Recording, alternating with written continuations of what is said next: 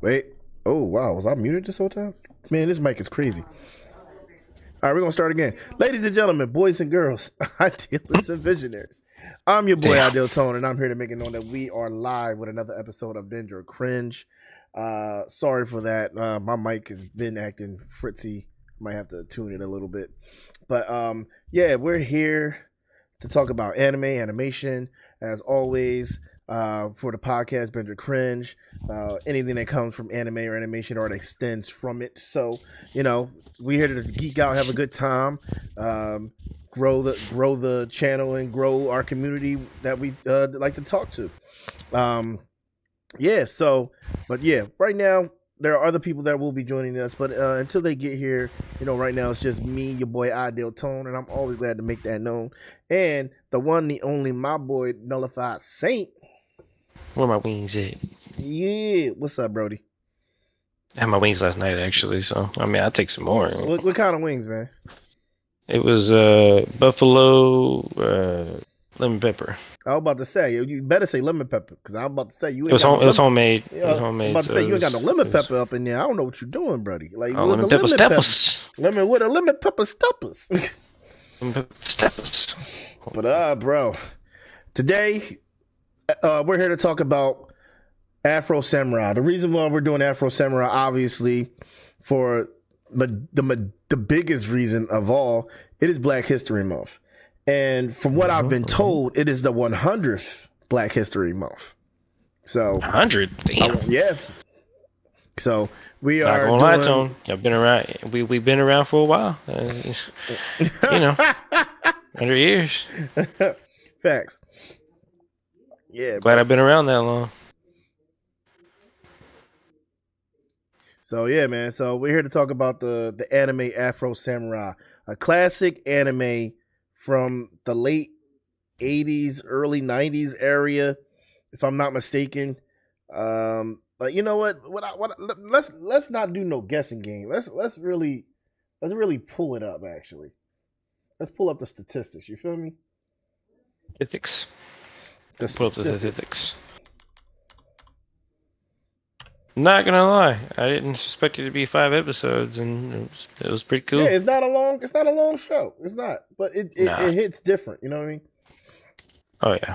Okay, Afro Samurai is a Japanese manga series by Takashi Okazaki, known for his unique blend of futuristic Japan samurai action and hip hop / soul music influences. Following the titular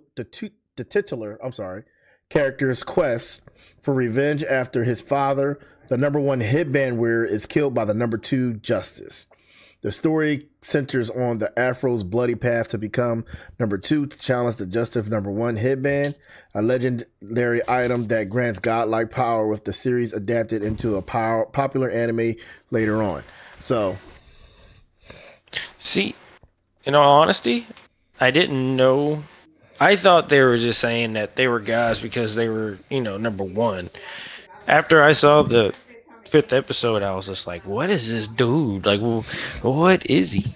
And at that point, I was like, I get it. He built different. Yeah. The plot. Well, it's actually like you become a god in reality. I thought like it was like, oh, I'm number 1.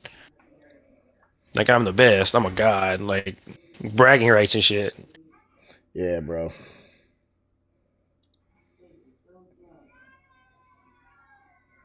One second.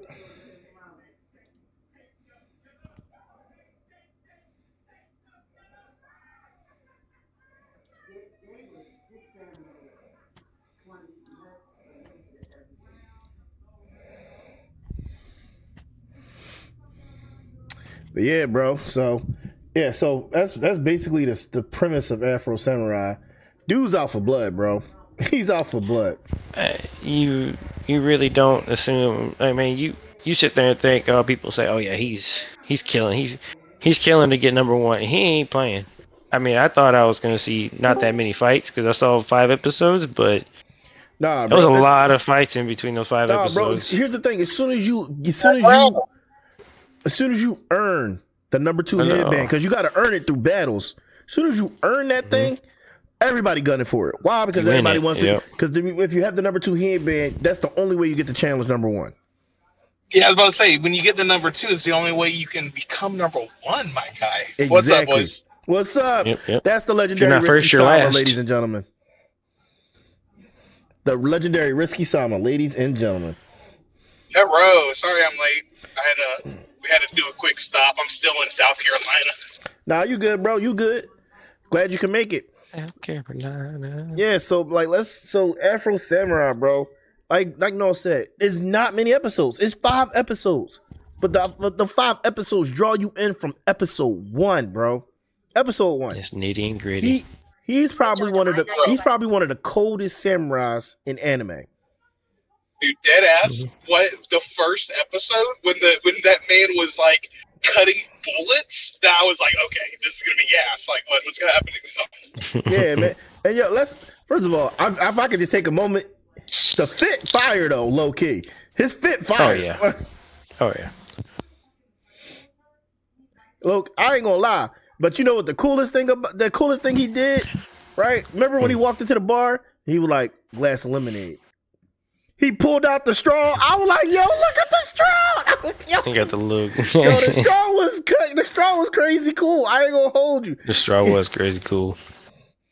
I was like, this man sipping lemonade from this cool ass twisty straw. Like, what in the world?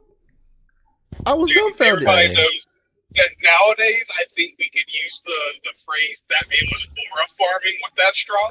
Oh yeah, he was definitely aura. No, Risky's right. He was aura farming like crazy. First of all right. He was always aura farming. Afro Samurai was aura farming any chance he got, bro. Anytime he defeated somebody, he just stood there cold stone killer. Like, and then just I ain't walked gonna off. lie. I enjoyed Samuel L. Jackson. I enjoyed that character. It was funny. Now, here's the thing about Samuel Jackson's character. Samuel Jackson's character is the ninja that accompanies Afro Samurai throughout the series, and it supposedly is also his best friend, right? Well, it's his alter ego and everything. Exactly. That's where I was getting to, Risky. That's exactly what I was getting to. But apparently, it's a figment of his imagination. It's his alter ego. But he don't exist. But to be real with you, you don't really realize it the first time you watch it. Yeah, you don't. So, it took me a good bit after I saw the episode. I was like, oh, I see the essence. So I know when I watched it, I always thought of it as like a yin and yang thing because I mean, even when it comes to their fits, you know, like Afro's fit is like he's got like the black pants, the white get up thing, but in the black hair, the ninja has the black get up and the white hair. Like it's literally yin and yang, dude. It's crazy. No, they two sides of the same coin. That's a perfect analogy. That is a perfect analogy. I get that. I like that. I've never thought of it that way. That's perfect. So like it's just entertaining to see their banter, although it's truly not there. It's all in his head. You know what I mean? But it's entertaining because whereas, like Risky said, they're the two sides of the same coin, yin and yang. Whereas Afro is more reserved and calm and focused. Whereas the ninja, he crazy, he funny. Be say like, oh shit, nigga. So one thing that I always thought of ninja. So in my mind, I always thought of it like because Afro kind of had so much trauma, the man became borderline schizophrenic. I genuinely thought it was almost like a schizophrenic thing that he became like a real person to him. If that makes sense. No, it does. It makes perfect sense. What had me rolling was whenever in the 3rd episode when he was just like, you know what, Afro, if you don't tap that, I'ma hit it, and he ran away, and I'm like, oh man, yo. Well, the best part, I didn't know that was a figment of imagination till like the 4th episode. I think it happened, right? Yeah, I don't think no one realizes the first piece. I mean, you really think this is his friend following him, and that he just happens to disappear every time danger comes around? Like, I mean, you don't really think that you think, okay, he's a ninja. Of course, he can disappear. Like he can. Yeah, he can get the hell out of Dodge. But yo, when Samuel Jackson has got to be one of the greatest voice actors in anime at this point. in American anime. As American voice actors for anime at this point, because that's not the only characters he's done that he's bodied, but that character is amazing. I ain't gonna lie, I'll be rolling, bro. I'll be dying on the floor when I'll be watching Ninja, bro. Ninja's crazy. Ninja be saying some stuff, you be like, damn, Ninja, you gotta chill. Like, yeah, like, because I remember, like, after Afro Samurai, I know my Samuel Jackson started doing some interviews, and like even he was like, "Oh yeah, I love anime and stuff like that." It's like, "Oh, that makes sense." You know what I mean? Mm-hmm. Definitely, bro. But like the fights were. I'm gonna be honest. I believe the fights were ahead of their time, bro. The fights were ahead of his time. My man was like Risky said, he was slashing bullets. Didn't he slash a bomb? He slashed a bomb on it. Yeah. Slashed a bomb in half, bro. He was fighting on water. He was fighting on rickety bridges and towers. This man was fighting, and I felt like he never really had time to rest. But then again, you're not going to when you have the number 2 hit. Mm-hmm. Oh, 100%, dude. Like everybody wants to smoke. Like everybody wants. I mean, if it was just randomly running around, I mean, yeah, you would have caught people every now and then, but he was fighting the Empty Seven. Yeah, but they were looking for him, so I mean, he definitely didn't have time to rest with them. Bro, and then he had challengers he had challengers every episode, bro. And then it's the backstory, like how he came to be who he is, bro. Like Risky said, he has trauma. He saw his dad die right in front of him. His dad was the original number 1 headband, bro. And his friends, and his his master, he killed his master. But yeah. His dad was the original owner of the number 1 headband. The guy who had the number 2 headband at the time fought his dad, killed him, ran off with the number 1 headband to some secluded mountain or something. And then Afro gets trained by his master to become a samurai or whatever. And he went from there. He just got good, better and better. Or should I say, he just got better and better, more skilled to the point that he acquired the number 2 headband. Now he out on a journey looking for number 1. Mm-hmm. Yeah, and then he had to climb that summit to fight Justice. And of course, on the way there, he has to fight his best friend, but you don't even realize it because the man's wearing a freaking teddy bear outfit with a teddy bear helmet. Yeah, and his best friend was pissed, bro. He was. Oh yeah, he was. Bro, he was pissed. Not to confuse Ninja with him. They're 2 different people. So did he not know that the sister was alive? I don't know. I actually don't remember. I don't think so. I don't think he knew any of them were alive. I don't think he knew because he seemed like he was surprised. You're not surprised, but he seemed like he was just like, yeah, you killed her. And this is like, if you knew something, if you were, in this group that you're in, then you would have known that she was alive. Right. Oh, 100%. I don't know, but I know that fight with his best friend. I don't know. I can't remember his name for some reason. But after he fought him, I'll be honest, when he broke the helmet off and you could see him crying under the helmet, it was like, oh, I wasn't ready for that. I don't think anybody was, bro. Homeboy said he never stopped crying. I'm like, damn, this dude's he was gone. I am your father, Luke. But I mean, that just goes to show that it wasn't just Afro that had a lot of trauma. It was everybody it was a lot of people that was going through it. And it also shows how rough their world was. You know what I mean? It was all about kill or be killed. Didn't matter who you were.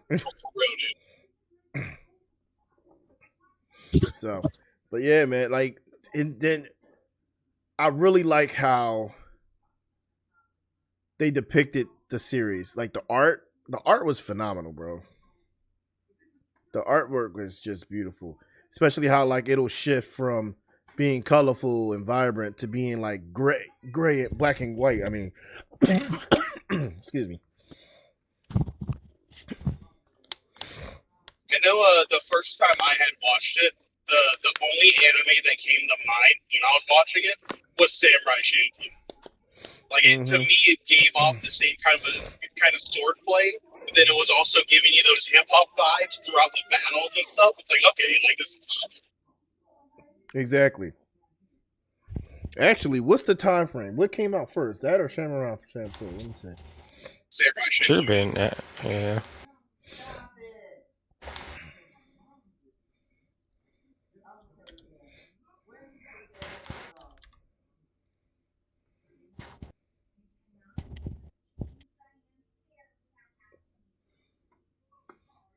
Yeah, it came out in 2007. And Samurai Champloo came out.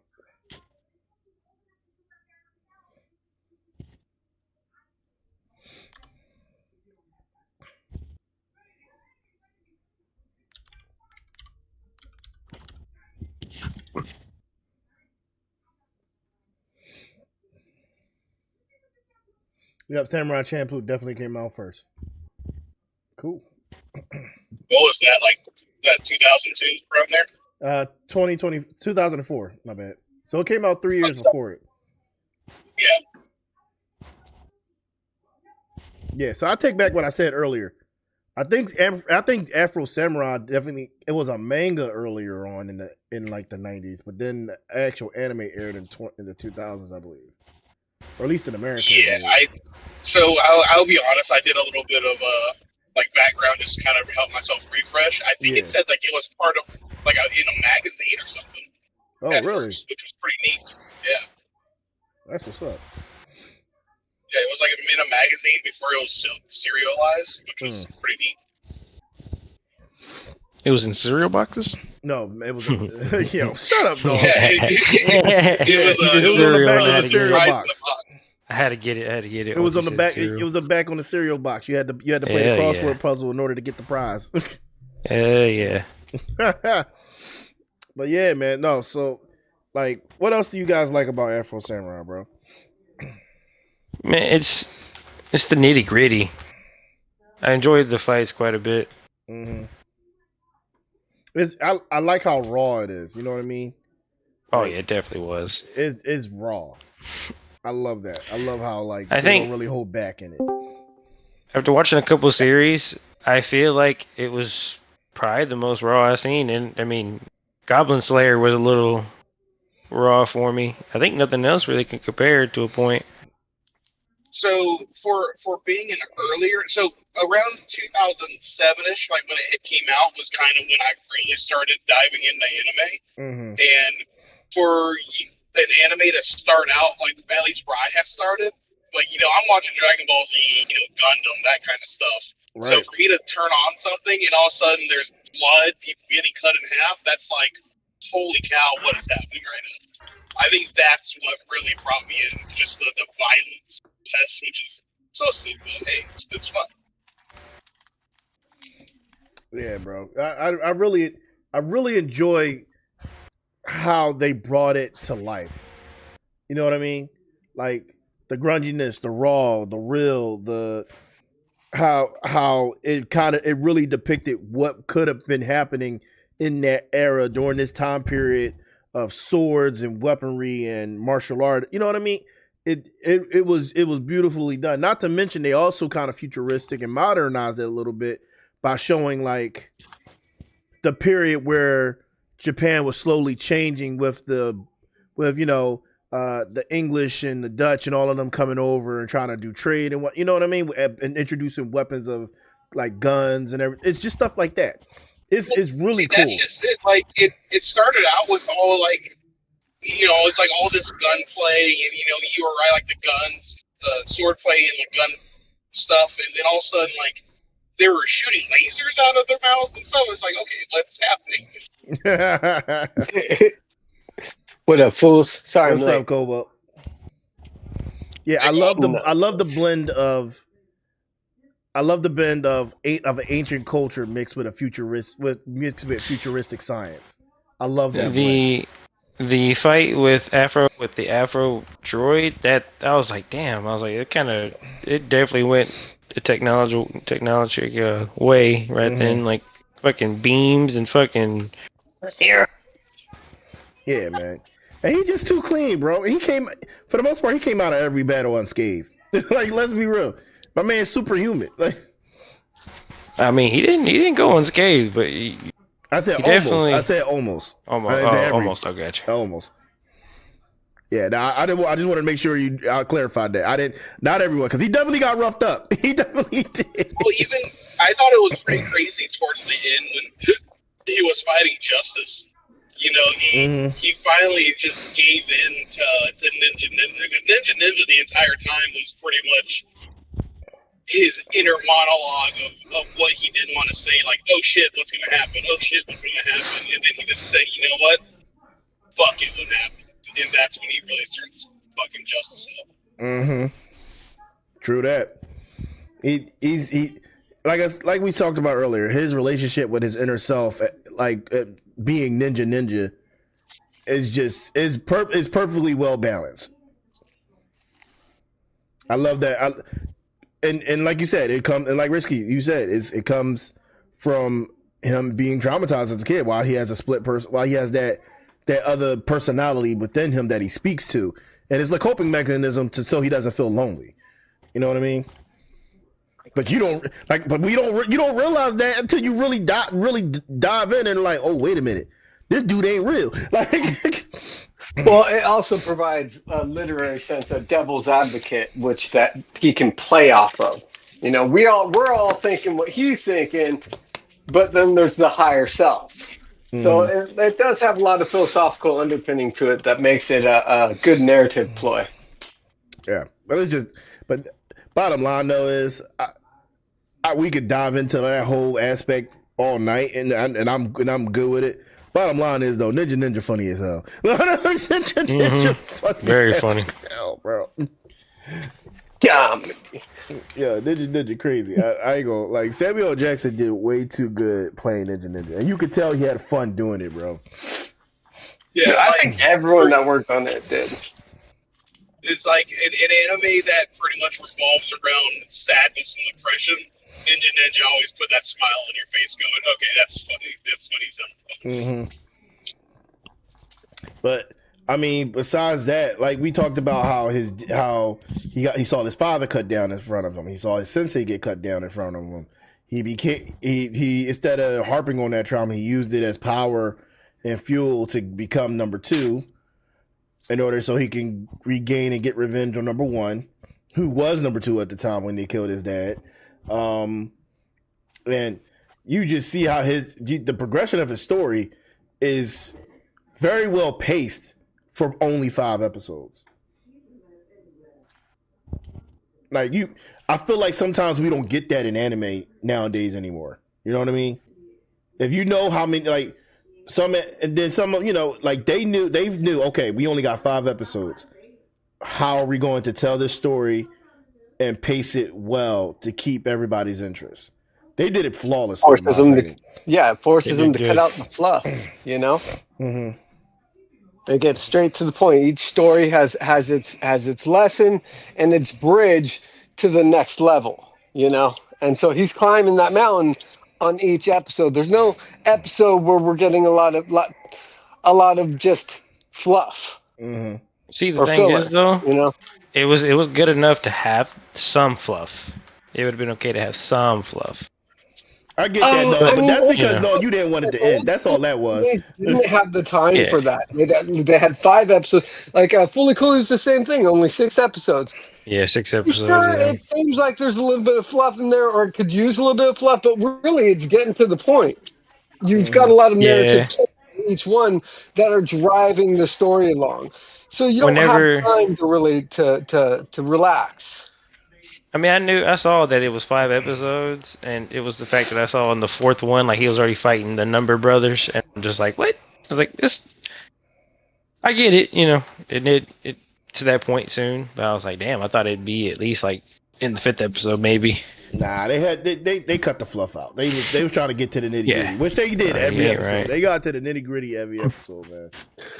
You never fucking caught lacking. Fights and stuff, they would give you little flashbacks and that was enough, quote unquote, I guess, fluff to make you go, okay, this is why the way he is, or this is why the situation is going for him, which was just enough, you know what I mean?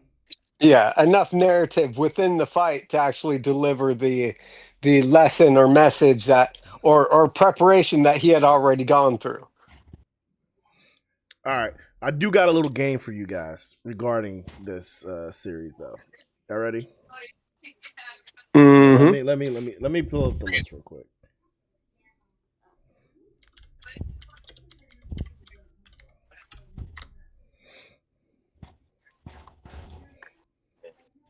What was the question? I didn't answer yet. Oh, okay. It's not there I yet. thought I missed it. I thought I missed it. I was like, huh?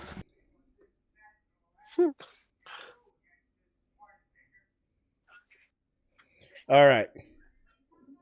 We're going to put a bunch of different samurai against Afro Samurai. I want to see what y'all think who's better. Okay, I just want to see what y'all opinions are. All right. So Afro Samurai will not move. We're just going to see who you think is better. Who you think, like, do you think this samurai can beat him? Cool. All right. All right. Let's do. You know what? Let's start off with this samurai, Kenshin Himura. All right. Rurouni Kenshin. No. Are we talking about Kenshin Himura or Batosai the Manson? See, I said Kenshin Himura. I said Kenshin Himura. I didn't say Batosai. If we're talking Kenshin, I'm going to be dead ass. I think Afro's good. Kobo? No.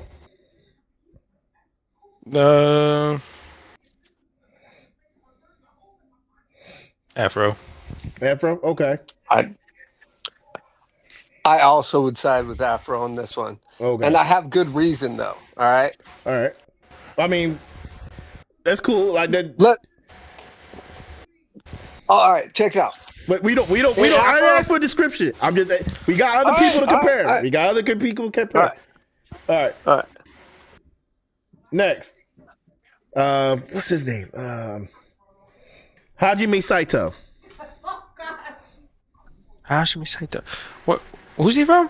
What's he wolf, from? He's from Rurouni Kenshin, the Wolf of Mibu. He's actually a historical character. Remember? Yeah. He's the leader of the Shinsengumi. The third squad of the Shinsengumi. I thought he was the leader. Yeah, no, he was the leader of the third squad. Leader. That's the Afro. Come on. Afro? Yeah, I'm going to have to side again. You want to say Afro? I was just only saying because, he was down to kill. That's all I know. So Kenshin wasn't about to kill nobody. Whereas Hajime Saito was like, no, I'm killing you. Like, so that's why I said that. It's a universe comparison. Afro's universe is finite and far more massive in that way. Kenshin's is far more based in reality. All right. I think Afro could.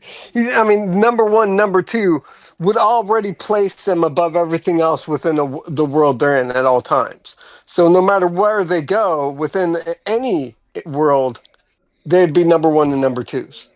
All right, next. Mugen.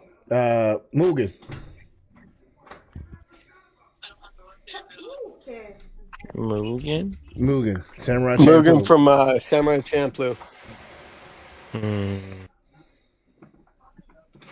Mugen's fight stop. Even. Okay, let me ask this: are we saying just how Cobalt said? Are we talking about if they went to Afro's world or if Afro went to their world? Because in Afro's world, there's very supernatural things going on. Either or. Their abilities won't really change no matter which universe they go to.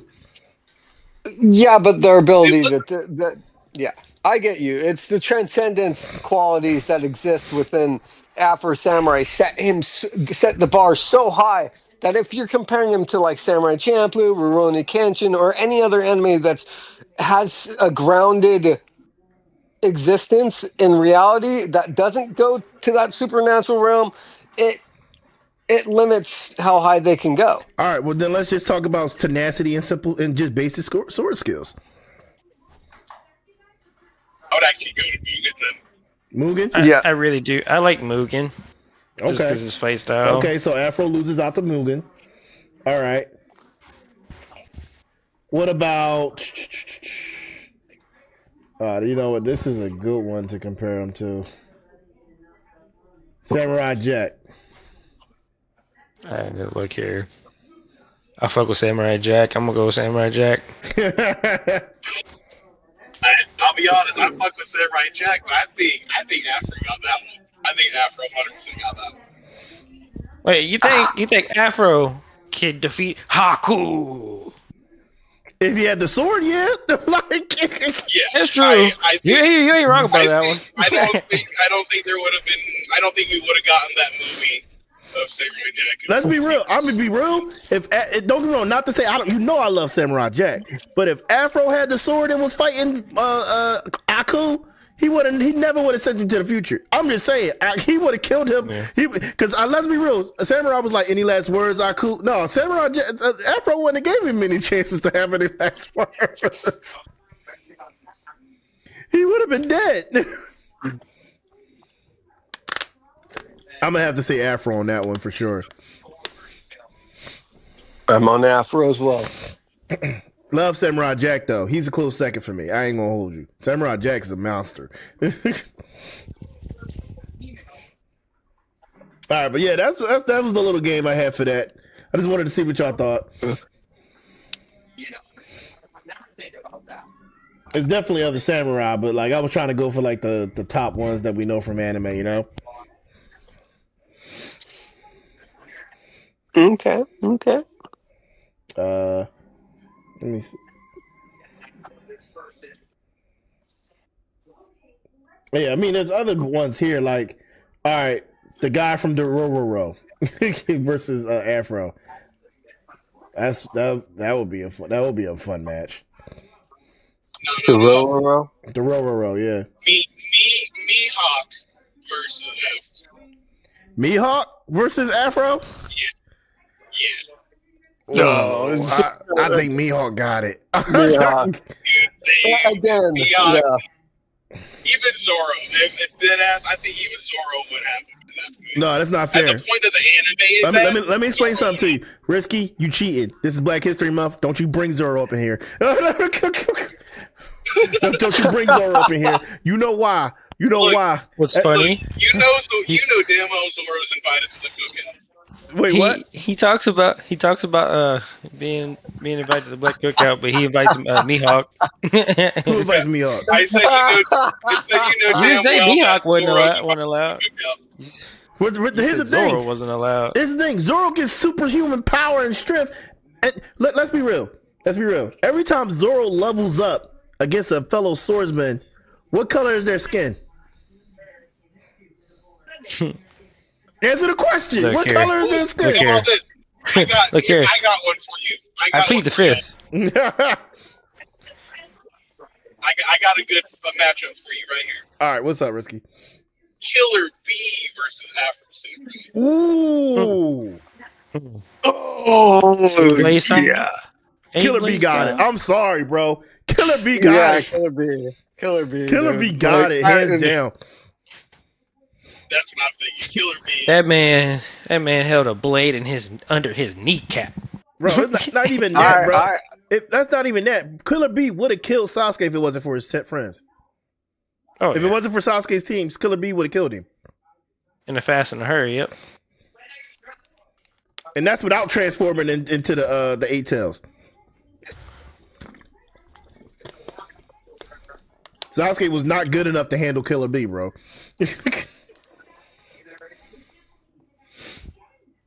But yeah, no, I'd definitely give it to Killer Bee against Afro. I love Afro.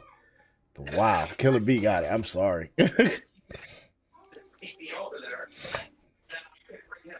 But yeah, man. All right. What's up, Cole? I got two for you. All right. How about the main character in Ninja Kamui? Ninja Kamui. Which one was that one? What's Ninja Kamui again? That was the new Netflix one where the guy runs from his clan, and at the beginning his whole family is killed. Oh yeah. It's the Netflix one. They have special abilities and shit. Yeah, I know you're talking about. I haven't seen that. I don't think. Might We need to talked. watch You that. didn't do the podcast Dude, episode with us though. I swear you saw it. I don't It's remember the it. new one that came out in 2024. It came out like. I can't think of it at the top of my head, but it sounds familiar. Yeah. Wow. It wasn't on Netflix though. It was Adult Swim. Oh, that's right. Yeah, it was Adult Swim. You're right. Adult Swim was not playing. They got the rights to that ASAP. Oh, dude, it was a fucking great anime. We're gonna just say swordsman though. So we're just talking about samurais. We were talking about samurais, but now I guess we're just saying swordsman because technically that he was a ninja. So what about guts? Guts? Oh, I'm gonna be real. I don't put guts. I don't. Here's the thing. I don't put guts against anybody. Why? Because that man's unhinged. No, because that man fights gods. All right. My point exactly. He fights gods. He's unhinged, and he ain't going down until you die, or he's not going down at all. So, like, yeah, I don't see anybody really handling guts. How about Kenpachi? Ooh. No, Kenpachi's definitely beating Afro, bro. Hands down. That's true. See, I would argue that if you took away Reishi and just let them sword to sword, I think Afro would have it. Because Kenpachi's powerful. That's a whole different. If we're talking. All right, now if you put Afro inside the Bleach universe and give him spirit energy and all that, Afro got it. Afro has it. I'll be completely honest. I think I would be honest with you. That would be a really good fight, though. Oh, it's an interesting world matchup too, because here you've got the Shikai and the Bankai or Bankai, and that each level, but it's all kind of within the Soul Realm's rules, you know, or the Soul King's rules. So he defines the parameters for everybody. So he would obviously have to define the parameters for Afro Samurai, and you have to wonder where he would place on that. True. I still think it'll be an amazing fight, though. Hands down. Oh, absolutely. Absolutely.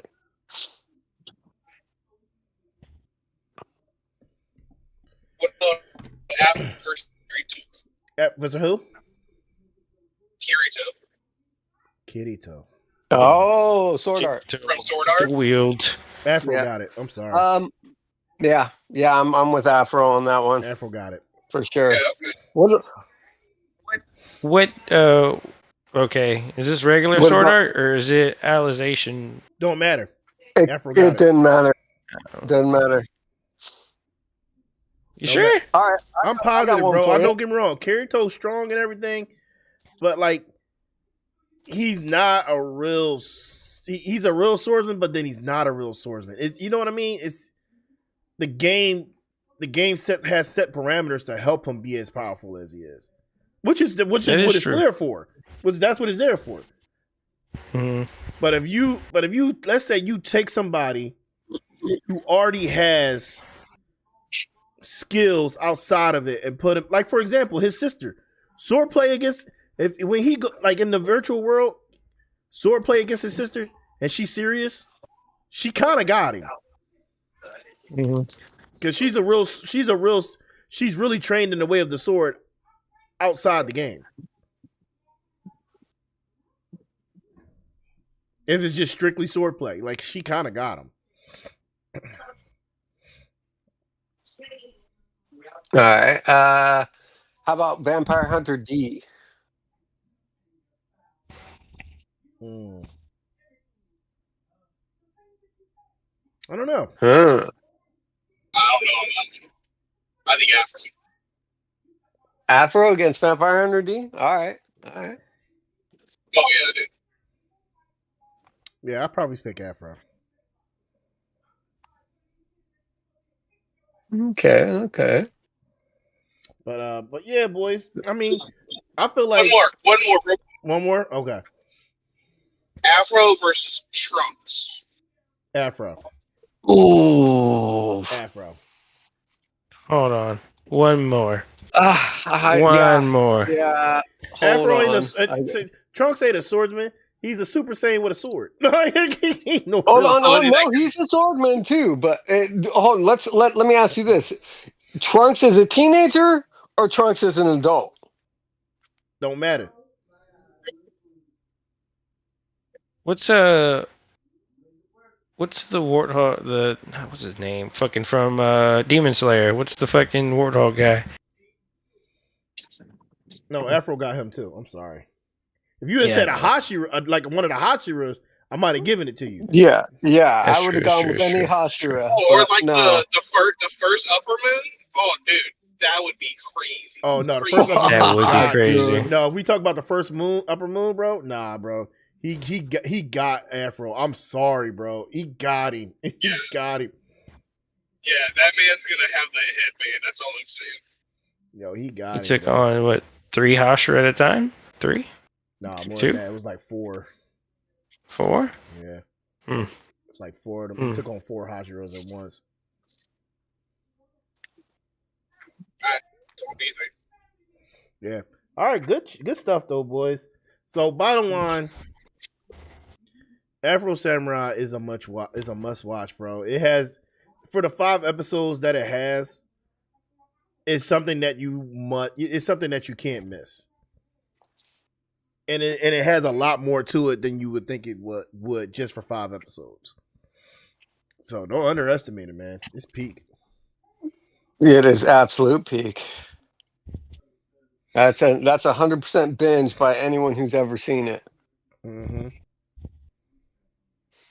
But yeah, you guys got any final things to say before we head out?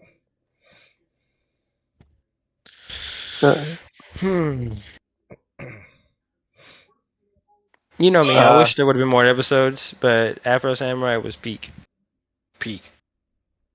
samurai. All right. We know Dog wants a sequel. Now I want to play a samurai game. Right? It's Shinobi Showdown now. And as with Samuel L. Jackson, bees in the trap, bees in the train. Nice. Nah. As what Samuel Jackson said in the series, if you don't hit that, I will. Oh my god. He did say that, bro. Gold. That's fucking gold. Complete. Like right when you said that, the whole scene replayed in my head. Oh god. All right, Kobo, you got anything, man? Or are we done? Always. It's iconic black cinema and is probably the first choice whenever I consider any anime that would fall into that category. You've got characters, but in terms of cinema, Afro Samurai should sit in the top 5 of every person. It's that good. Mm-hmm. And it's iconic for its time period. It was that leap into the culture that just kind of solidified it. By a generation of kids that had grown up in the 90s watching Dragon Ball Z, this was their magnum opus, in a way, True that. What did we tell you about big words, Kobo? Big words? Yeah. Sorry. Oh man, but yeah, Afro Samurai is a watch. You must go see it. You must watch it if you already have it, and if you have, man, go back and relive that glory, bro. It's so good. So definitely a binge. I don't believe anybody here will disagree, or anybody will disagree ever that's not a binge. It's a very good anime. And it has something for everybody, in all honesty. So, yep. But good episode, boys. Good episode. We will be back next week. Not really sure what we're doing next week. I'm gonna have to think on it and get back to you guys tomorrow. But but we'll definitely be live next Tuesday at 8 Eastern time. So don't miss it. And yeah, that's really it. Thank you boys for being here tonight. And as always, I'm your boy Ideal Tone, and I am always glad to make that known. And we're going to get out of here. All right, we're going to catch you guys on the flip side. Y'all take it easy. Ladies and gentlemen, y'all have a good night. Peace. Peace. Bye.